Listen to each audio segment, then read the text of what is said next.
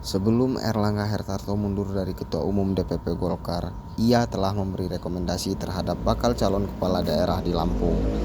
Adapun nama penerima rekomendasi Golkar Lampung di tingkat kabupaten kota seperti Epa Duyana dan Dedi Amrullah, bakal calon wali kota dan wakil wali kota Bandar Lampung, telah direkomendasi Partai Golkar untuk maju kembali di Pilkada 2024. Kemudian ada nama Ririn Kuswantari dan Wiryawan Sada Melindra.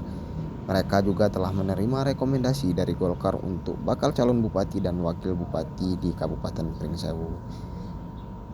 Sementara berdasarkan informasi yang diterima Tribun Lampung, 13 kabupaten kota se-Lampung telah menerima surat tugas dari DPP Golkar untuk Pilkada 2024.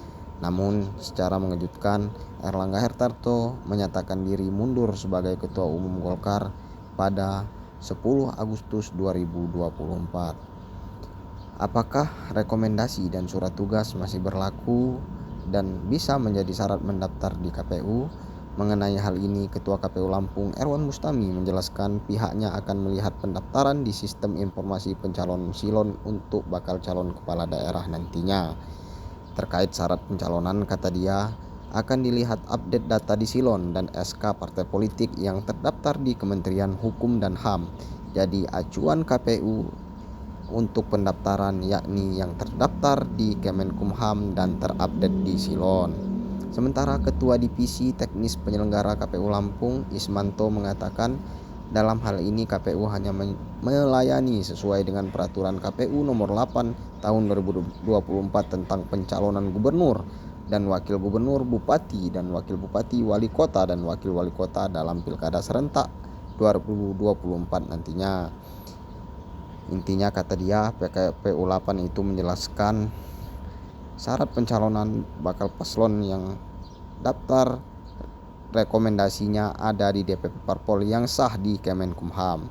Berikut bunyi syarat pencalonan partai politik atau gabungan partai politik bagi bakal calon kepala daerah yang hendak mendaftar di KPU.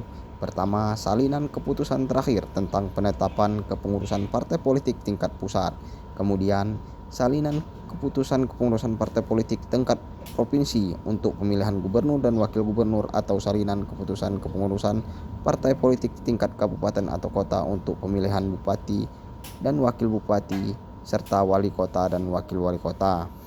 Keputusan pimpinan partai politik pusat tentang persetujuan calon menggunakan formulir B persetujuan Parpol KWK. Kemudian syarat pencalonan dan kesepakatan pimpinan partai politik atau para pimpinan partai politik yang tergabung pada pasangan calon sesuai dengan tingkatannya.